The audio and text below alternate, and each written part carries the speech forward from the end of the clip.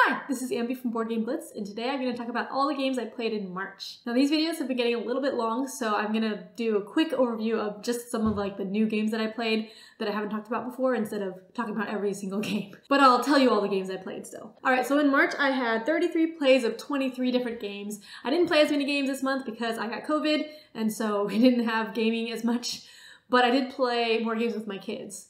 So at the beginning of March, I started off with actually an Unlock game. So Unlock is an escape room style game series that's played with cards and an app on your phone. And so Unlock Game Adventures is ones that are themed around board games. So I played a Ticket to Ride one where you're going on a train and going on different routes and then trying to solve some mystery thing.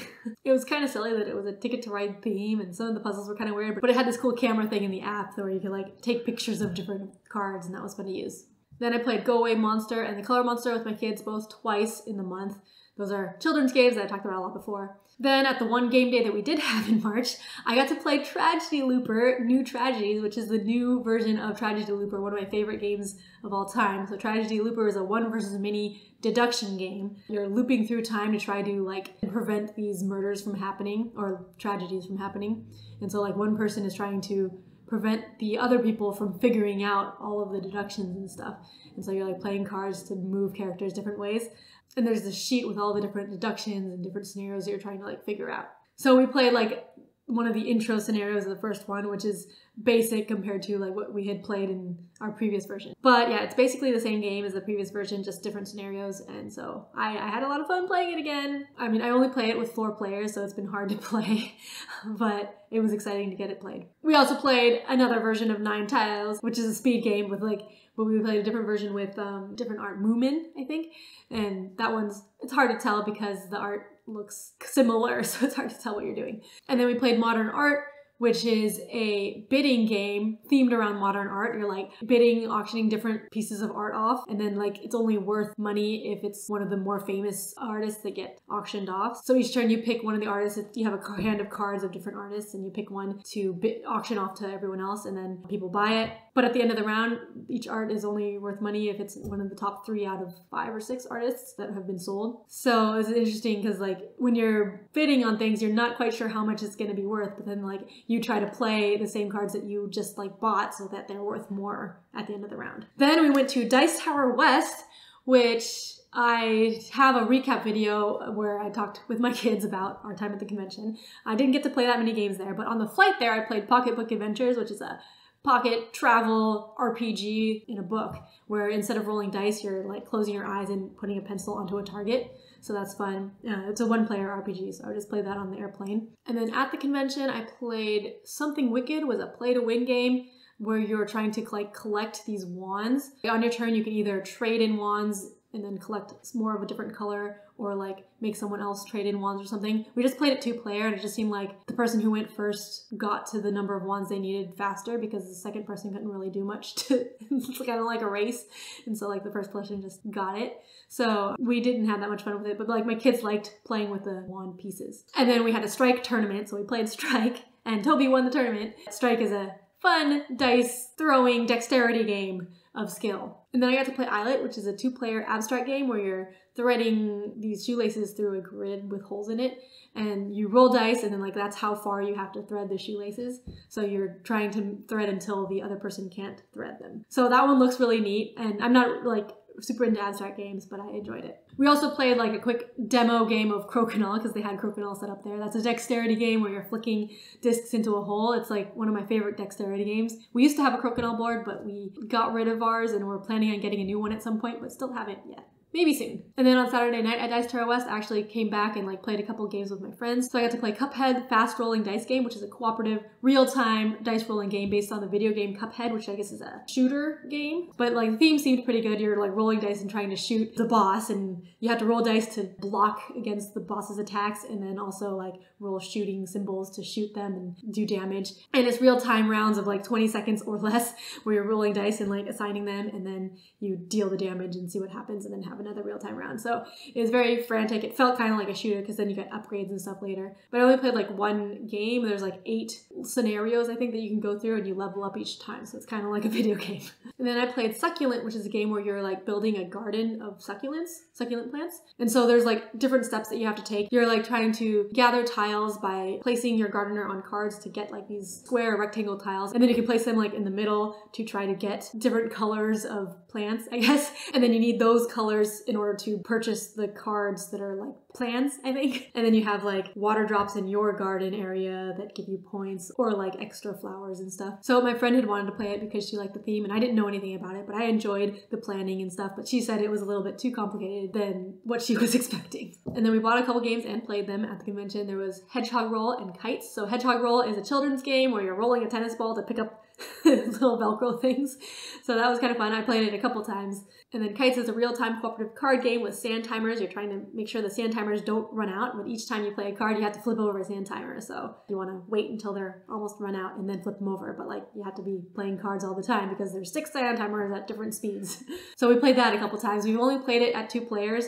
And I want to play it at more players because I think it would be better at higher player counts. All right, and then I played a bunch of other children's games after the convention. We played Teddy's Colors and Shapes 3 times in a month. That's a shape color matching game. We played Concept Kids Animals, which I think is new for us playing with our kids.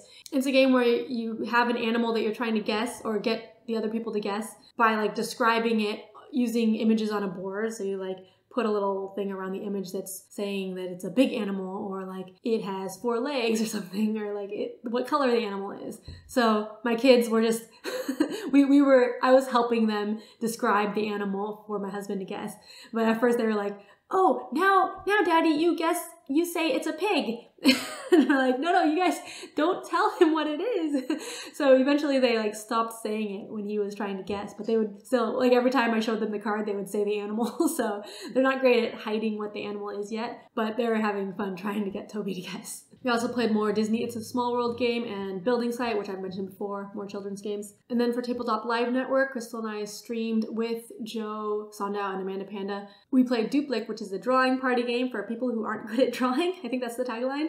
But basically one person is describing this drawing with like lots of details in it to everyone else, and then they're trying to draw it. And then there's a prompt of all these questions that the person who describes doesn't know, but like after the drawing is done, which there's like a 90-second timer to do all this, then they go through the questions and the people will get points for having all of those details. Like, oh, the dog was facing to the right, or like there were 3 tongues sticking out in the picture or something, like all these details.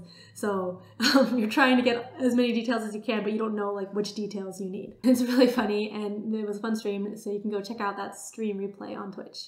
And then I also played solo an escape room game, Escape the Room, Murder in the Mafia, which I got as a review copy from Think Fun Games. I will be talking about this on the podcast as well, so check out our podcast if you want to listen to more in-depth thoughts of some of these games that I play. But this one had like a 3D board thing that you set up, and it's a murder mystery escape room thing. So it had some puzzles and stuff, and then at the end you're supposed to solve this murder. So I enjoyed it, and it was like the right level of difficulty for me. I think I thought it flowed well, and yeah, I had a lot of fun. And then a couple more new kids games that my kids played. So first is CoraQuest. So CoraQuest is a dungeon crawler designed by Cora and Dan Hughes. Cora is actually a child, so it's designed by kids, for kids. And it says for ages 6+, so it's supposed to be for when they're older, but we tried to play a game kind of by the rules, and my kids were like, we played through a quarter of a scenario, and they were actually like rolling the dice and seeing that they got a success and then like taking the gremlins off. So that was really cool. They were enjoying that, and I think I might be able to play again, maybe like on a weekend with my husband playing too, like as a 4-player game where we're all playing together. It's a cooperative dungeon crawling game. So yeah, that was exciting. And then I played Monster Munch once. Well, this was also a half game because I was playing with one kid and then the other kid came and like messed it up when we were halfway through. But this is a memory game where you're monsters at a buffet table, and so you're like going through this line of face down foods, and you're trying like not to get a certain color that you roll, and so you like flip over. It's a press your luck memory game, so you flip over as many as you want until you can stop. But if you flip over the color that you rolled, then you can't advance at all, and you have to flip them all back over. My kid was actually doing really well. I think he was getting lucky, but like, and he would stop sometimes. I don't know, like one time he just stopped after one flip over, and then sometimes he would stop after 4. I don't think he really understood the press your luck thing, or that he didn't want a certain color, but like he was not getting the color that he rolled. So I guess that was good for him. He ended up winning. Oh, and then this isn't a board game, so I didn't log it on BG Stats, but we played an escape room type game with my kids. So there's this website called escapekit.com where you can buy escape rooms that you print at home. And there's a lot for kids, there's some for adults as well, but there was one that's themed around the Little Prince that's for ages 3 to 6. So my kids are 3.5, and so I was like, oh, maybe we could try that. So I got it and printed it out. But so this one, it's not really an escape room with puzzles and stuff. It has lots of activities. So it has like 4 chapters of different activities like yoga or like craft stuff. And then like each time you're reading a little page in the story, and it's themed around the Little Prince. So my kids really loved it, and they liked, like one of the activities was yoga. They had to find these little yoga cards that I hid around the house. I hid it like right before I gave them the clue. I would hide it while they were like looking in the other direction. And then I give them a clue, and then they were excited to like go find it and then do the yoga pose. So it was a really fun activity for them. And I'm thinking of doing it again with them since it's just crafts. It's not puzzles that they're gonna know how to solve and then be done with it. Like they can just replay it. So I printed it out more, and I'm gonna try to like make a nicer version that they can replay. All right, so that was all the games I played in March.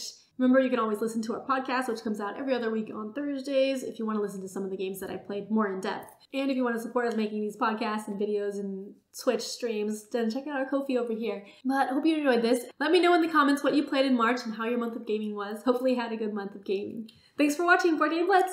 Bye.